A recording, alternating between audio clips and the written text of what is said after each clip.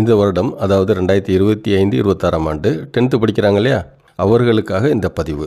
நம்ம லைஃப்பில் 10th மார்க்ஸுங்கிறது ஒரு மைல் ஸ்டோன் மாதிரி. ஒரு சர்வே எடுத்து பார்த்தீங்கன்னா தெரியும், 10th யார் யார் நிறைய மார்க்ஸ் எடுத்திருக்காங்க அவங்கெல்லாம் +1லையும் +2லையும் நிறைய மார்க்ஸ் 10th நிறைய மார்க்ஸ் எடுத்திருந்தா ஃப்ரீ அட்மிஷன் தராங்க +1க்கும் +2க்கும். நீங்கள் 10th நிறைய மார்க்ஸ் எடுத்திருந்தா பாலிடெக்னிக் அட்மிஷன்ஸ்க்காக போனீங்கன்னா உங்களுக்கு விரும்பிய பிரான்ச்சு கிடைக்கும் இல்லையா. தசாபுத்தின் அடிப்படையில் 50% வரை சொல்ல முடியும். அடுத்து கோச்சார் அடிப்படை, நடப்பு கோச்சாரம்னு சொல்கிறோம் இல்லையா, அதை பேஸ் பண்ணி 20% வரை சொல்லலாம். தசாபுத்தி நல்லா இருந்தால் 10th நல்லா படிப்பாங்க, 10th எக்ஸாம் நல்லா எழுதுவாங்க. அதாவது ஜாதகத்தின் மேல் நம்பிக்கை இருந்தால் கடவுள் மேல் நம்பிக்கை இருக்கும், கடவுள் மேல் நம்பிக்கை இருந்தால் ஜாதகத்தின் மேல் நம்பிக்கை இருக்கும்.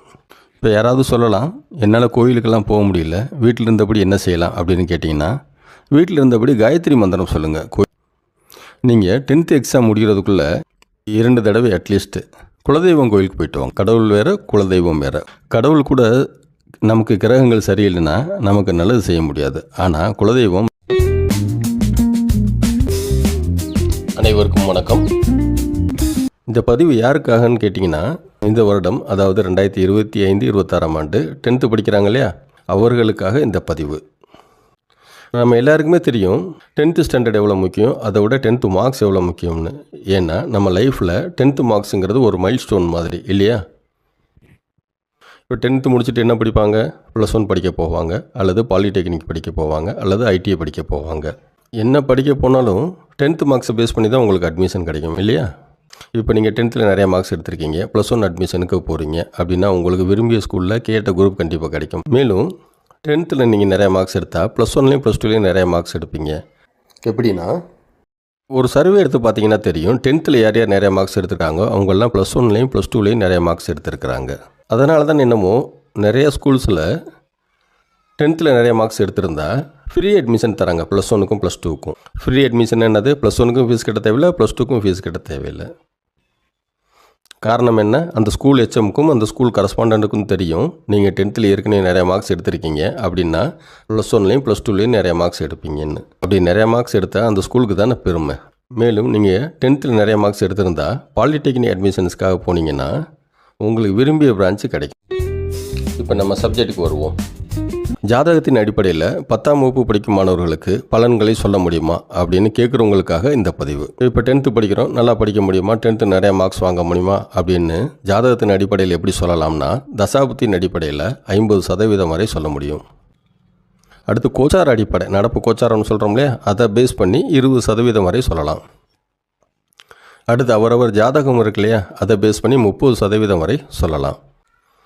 இப்போ பார்த்தீங்கன்னா தசாபுத்தின் அடிப்படையில் தான் 50% வரை பலன்களை சொல்ல முடியும். அப்படின்னா தசாபுத்தி தான் முக்கியம். ஒருத்தருக்கு நன்மை நடந்தாலும் சரி, நன்மை நடக்காவிட்டாலும் சரி, அது தசாபுத்தின் அடிப்படையில் தான் சொல்ல முடியும்.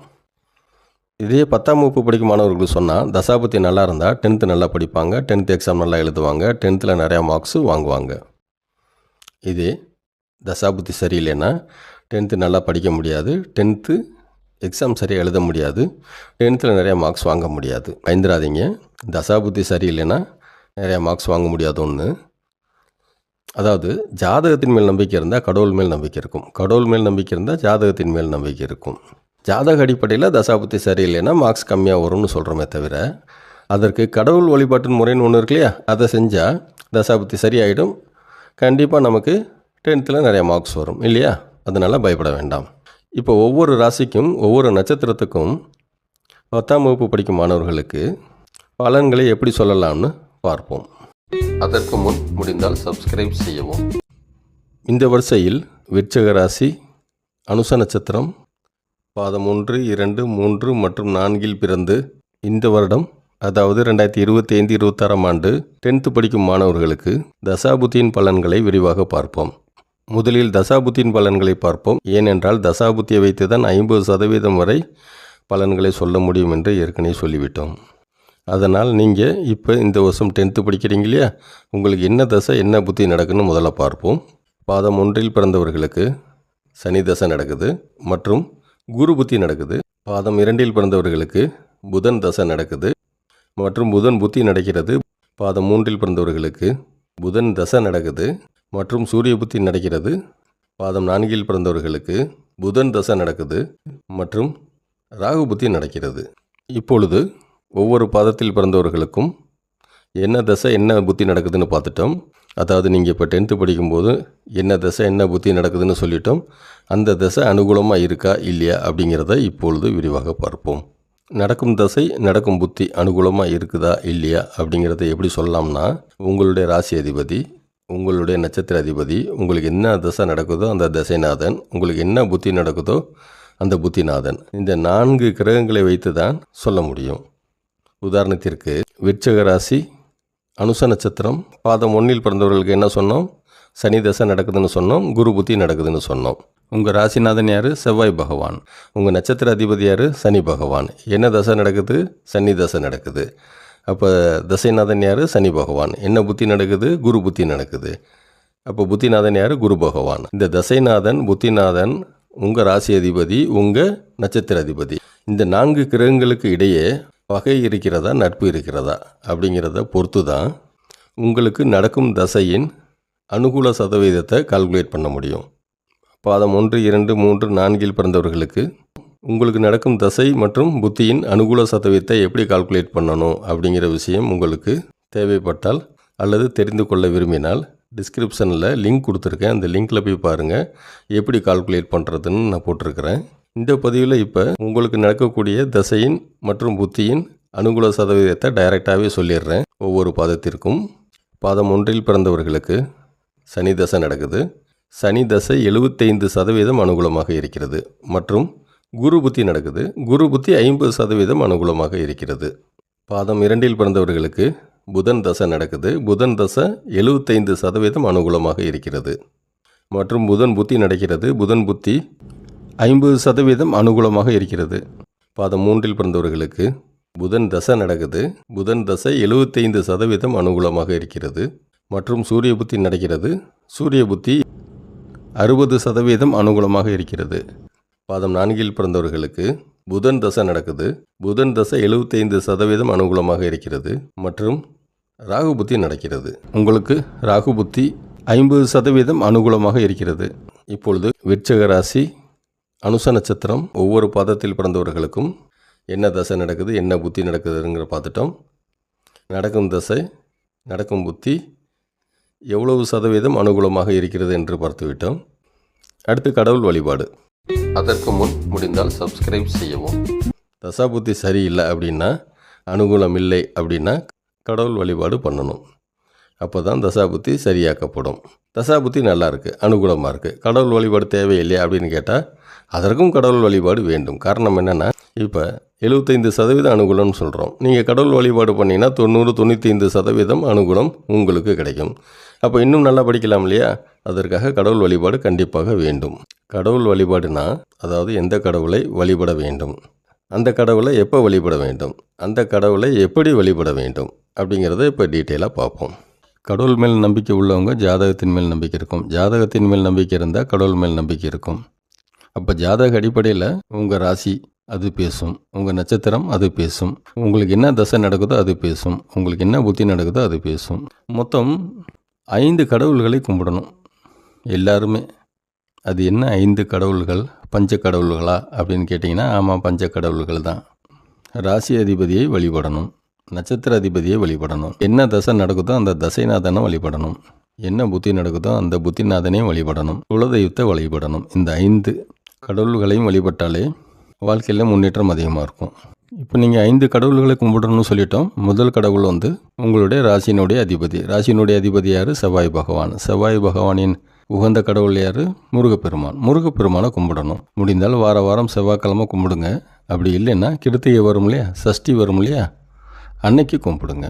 அடுத்து 2வது கடவுள் உங்களுடைய நட்சத்திர அதிபதி யார்? சனி பகவான்.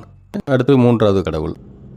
இப்போ உங்களுக்கு சனி தசை நடக்குது. ஒவ்வொரு சனிக்கிழமையும் சனி பகவான் கோயிலுக்கு போங்க. சனி பகவானை எள்விளக்கு ஏற்றி வழிபடுங்க. இன்கேஸ் சனி பகவான் கோயிலுக்கு போக முடியல, சனி பகவான் கோயில் பக்கத்தில் இல்லைன்னா ஒவ்வொரு சனிக்கிழமையும் ஆஞ்சநேயர் கோயிலுக்கு போங்க, ஆஞ்சநேயரை வழிபடுங்க. அடுத்து 4வது கடவுள் புத்தி. உங்களுக்கு என்ன புத்தி நடக்குதோ அந்த புத்தியினுடைய கடவுளை கும்பிடுங்க. பாதம் 1ல் பிறந்தவர்களுக்கு குரு புத்தி நடக்கும்போது 10th படிப்பீங்கன்னு சொன்னோம். அப்போ எந்த கடவுளை கும்பிடணும்? ஒவ்வொரு வியாழக்கிழமையும் உங்கள் வீட்டு பக்கத்தில் உள்ள எந்த கோயில் பக்கமோ அந்த கோயிலுக்கு போங்க. அந்த கோயிலில் போய் நவகிரகம் இருக்குமே, நவகிரகத்தில் உள்ள குரு பகவானை வழிபடுங்க வியாழக்கிழமை. குரு புத்தி அனுகூலம் இன்னும் அதிகரிக்கும். குரு புத்தி அனுகூலமாக இருக்குன்னு சொல்லிட்டா இன்னும் அதிகரிக்கும். பாதம் 2 பிறந்தவர்களுக்கு உங்களுக்கு புதன் புத்தி நடக்குது.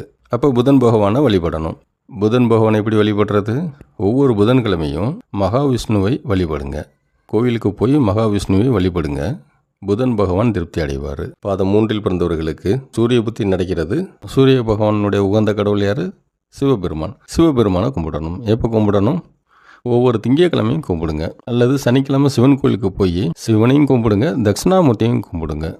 வாரம் கோயிலுக்கு போக முடியலன்னா மாதம் சிவராத்திரி வரும் இல்லையா, அன்னைக்கு சிவன் கோயிலுக்கு போங்க, சிவபெருமானை கும்பிடுங்க. முடிந்தால் சிவபெருமான் கோயிலில் தெற்கு பக்கம் தட்சிணாமூர்த்தி இருப்பார், தட்சிணாமூர்த்தியும் கும்பிடுங்க. பாதம் 4 பிறந்தவர்களுக்கு ராகு புத்தி நடக்கும். 10th நல்லா படிக்கணும், 10th நிறையா மார்க்ஸ் வாங்கணும்னா ராகு பகவானை திருப்திப்படுத்தணும். அதற்கு ஒவ்வொரு வாரமும் வெள்ளிக்கிழமை அல்லது ஞாயிற்றுக்கிழமை உங்கள் வீட்டு பக்கத்தில் உள்ள சிவன் கோயிலுக்கு போங்க. கோவிலில் சிவபெருமானுக்கு வடக்கு பக்கம் துர்கை அம்மன் இருப்பாங்க, துர்கை அம்மனை வழிபடுங்க.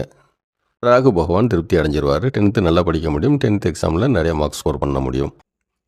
பாதம் 2, 3 மற்றும் 4 பிறந்தவர்களுக்கு புதன் தசை நடக்குது. முடிந்தால் ஒரு தடவையாவது நீங்கள் 10th ஸ்டாண்டர்ட் படிக்கும் பொழுது 10th ஸ்டாண்டர்ட் எக்ஸாம் எழுதுவதற்கு முன்பு உங்களுக்கு புதன் தசை நடக்குது இல்லையா, மயிலாடுதுறை மாவட்டத்தில் உள்ள திருவெண்காடு கோவிலுக்கு சென்று புதன் பகவானை வழிபாடு செய்யுங்க. கண்டிப்பாக நீங்கள் 10th எக்ஸாம் நல்லா எழுத முடியும். 10th நிறைய மார்க்ஸு ஸ்கோர் பண்ண முடியும். இதை மட்டும் கண்டிப்பாக செய்யுங்க. 4வது கடவுளை பார்த்துட்டோம். 5வது கடவுள் உங்கள் குலதெய்வம். குலதெய்வ வழிபாடு கண்டிப்பாக இருக்கணும். வருடத்திற்கு 2 தடவை அட்லீஸ்ட்டு குலதெய்வம் கோயிலுக்கு போய் வேண்டிட்டு வரணும். குலதெய்வங்கிறது கடவுள் கிடையாது, நம்மளுடைய முன்னோர்கள். சில நேரத்தில் கிரகங்கள் அனுகூலமாக இருக்காது. அப்போ கடவுளினுடைய அருள் நமக்கு இல்லாமல் கூட போகலாம். ஆனால் குலதெய்வத்தினுடைய அருள் வருடம் ஃபுல்லாக இருக்கும், அதாவது ரவுண்ட் தி இயர் இருக்கும். அதனால் குலதெய்வம் கோயிலுக்கு வருடத்திற்கு 2 தடவையாவது போயிட்டு வாங்க. வருடத்திற்கு 2 தடவையாவது குலதெய்வம் கோயிலுக்கு போய் குலதெய்வத்தை வழிபட்டிங்கன்னா கண்டிப்பாக தசை சரியில்லை என்றாலும் புத்தி சரியில்லை என்றாலும் அது சரியாக்கப்படும். கண்டிப்பாக படிப்பில் முன்னேற்றம் இருக்கும், ஹெல்த்லேயும் முன்னேற்றம் இருக்கும். முக்கியமாக 10th படிக்கும்போது ஒரு தடவை போயிட்டு வாங்க. கண்டிப்பாக அதனுடைய பலன் இரட்டிப்பாக இருக்கும். இப்போ குழந்தைங்க ஸ்கூலுக்கு போகிறாங்க, டியூஷன் படிக்கிறாங்க, கோயிலுக்கு போகிறதுக்கெல்லாம் டைம் இருக்காதுன்னா கோயிலுக்கு போக முடியலன்னா வீட்டில் இருந்தே சனி பகவானின் மந்திரம் சொல்லுங்கள், குரு பகவான் மந்திரம் சொல்லுங்கள், புதன் பகவானின் மந்திரம் சொல்லுங்கள். மந்திரம்னா காயத்ரி மந்திரம் சொல்லலாம், அல்லது 108 போற்றி சொல்லலாம். வீட்டில் இருந்தபடியே சொல்லுங்கள். குழந்தைகளுக்கு பதில் பெற்றோர்கள் வழிபாடு செய்யலாமான்னு கேட்டால் கண்டிப்பாக செய்யலாம். ஒரு பொதுவான கருத்து இருக்குது. என்னென்னா, கடவுள் வழிபாடு நமக்காக நம்மளே பண்ணோம்னா அதற்கு பலன் குறைவுன்னு சொல்லுவாங்க. அதனால் பெற்றோர்கள் கண்டிப்பாக ஆத்மார்த்தமாக பண்ணுவாங்க. அப்படிங்கும்போது பிள்ளைகளுக்கு அந்த பலன் கிடைக்கும். அதனால் குழந்தைங்க கோயிலுக்கு கூட்டிகிட்டு போக முடியலன்னா பெற்றோர்கள் கோயிலுக்கு போய் குழந்தைகளுக்காக வேண்டிக்கலாம். அதற்கு பலன் நிறைய உண்டு. நான் சொன்ன கடவுள் வழிபாட்டு முறை எல்லாமே பண்ணணும்னு அவசியம் இல்லை. அவசியம் இல்லைன்னு சொல்லவும் மாட்டோம். எந்த அளவு உங்களுக்கு முடியுதோ அந்த அளவு செய்யுங்க. எவ்வளோதான் கிரகம் அனுகூலமாக இருந்தாலும், எவ்வளோதான் நம்ம ஸ்மார்ட்டாக இருந்தாலும், கடவுள் வழிபாடு நம்மளுடைய பெர்ஃபார்மன்ஸை ஒரு 15 to 20% முன்னேற்றும். நான் சொன்ன கடவுள் வழிபாடெல்லாம் ரொம்ப ஈஸியானது தான். இதெல்லாம் செஞ்சிங்கன்னா கண்டிப்பாக கடவுளின் அருளால் 10th எக்ஸாமில் நிறைய மார்க்ஸ் கிடைக்கும். உங்கள் ஜாதகத்தில் உங்கள் ராசி அதிபதி, நட்சத்திர அதிபதி, தசைநாதன், புத்திநாதன், மேலும் 2ஆம் இடம், 5ஆம் இடம் இதெல்லாம் வலுவாக இருந்ததுன்னா கண்டிப்பாக படிப்பு நல்லா இருக்கும்.